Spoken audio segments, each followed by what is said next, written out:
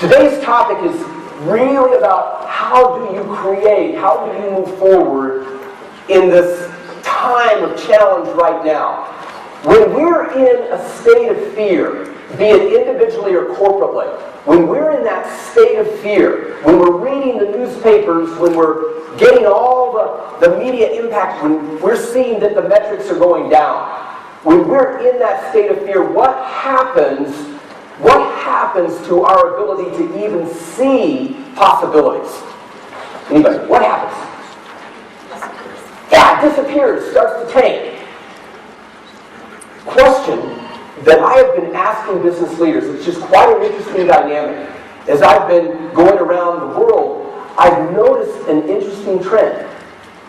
That business leaders are noticing that the exterior metrics, the things that run their business, the market share, the ability to reduce expenses, the return to their investors, that the outside parameters are so determined by what's going on the inside. Very simple, but quite profound when we think about it. That what determines the outside parameters are things like a passionate and tenacious commitment to a vision.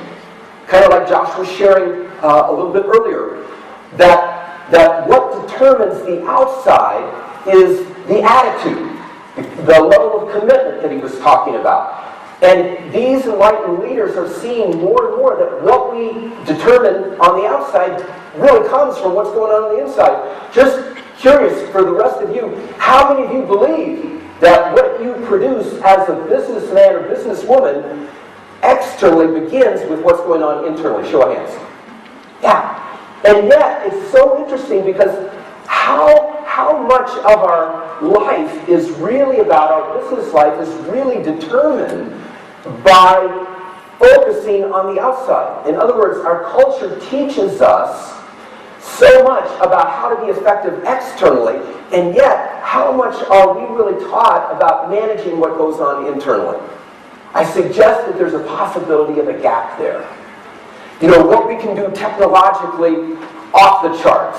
You know, have a cell phone, a video cell phone that will work anywhere on the planet. Who knows about nanotechnology? What's nanotechnology? Anybody know about that? Nanotechnology is the science of building machines that sometimes are so small that you can hardly see them or can't see them. They're talking about building machines that are built on an atomic level.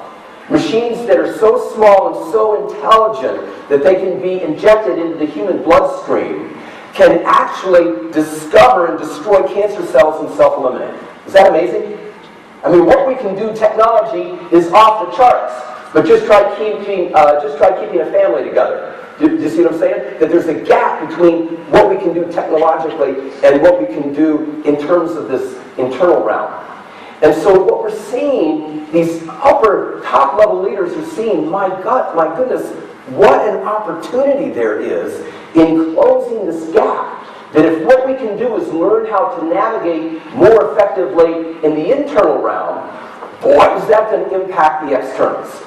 So today, I would love to share a couple of tools that in our analysis after programs, we consistently here have not only helped people increase their measurables, but have also brought teams together and brought families together. So can I share some tools with you that might make an impact? Okay, good. And would it be okay if we had some fun today? Sure. All right, good. Amy told me that you're a fun-loving group, so here we go. I want to share a tool here, and it's on your handout there. The first tool that we're going to go over is something called the 3 mind factors.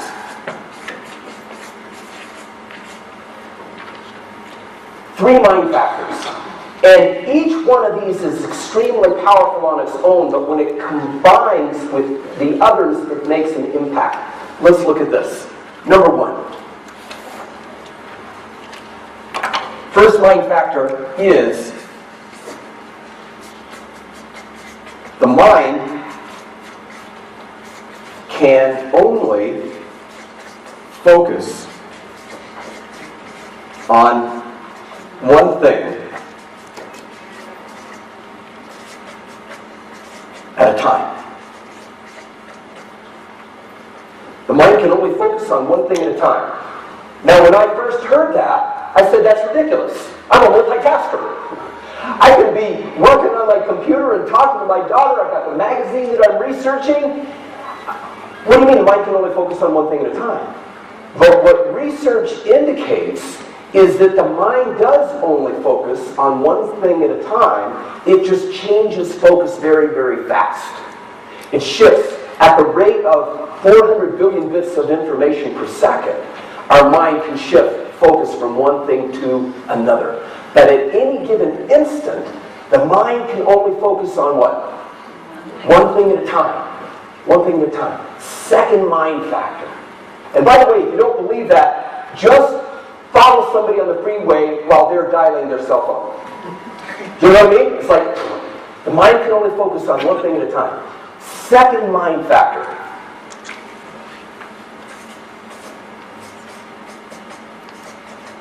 The mind creates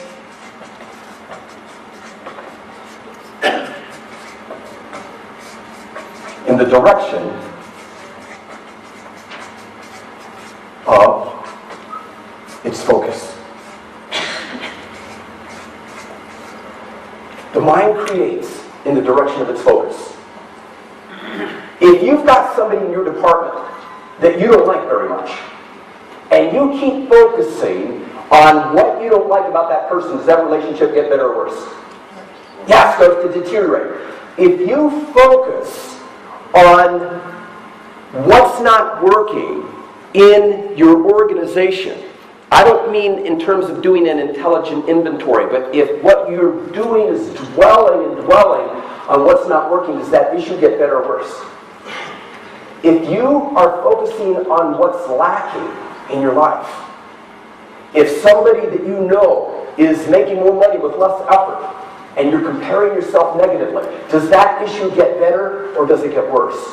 If you're working with a work team, and that work team is constantly succeeding, and you're focusing on the successes you've done in the past, and you're applying that to the future, what's the likelihood that you're going to be able to make those closings? So what we're noticing in a very powerful way is that the mind creates in the direction of its focus. Third mind factor. Now, I know we're running a little bit late. How much time do we have left?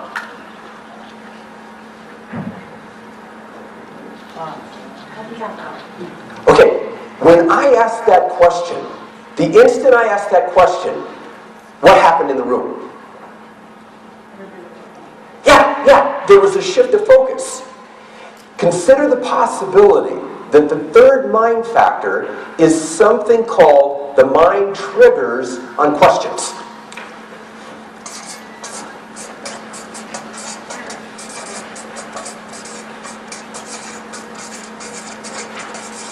The mind triggers on questions.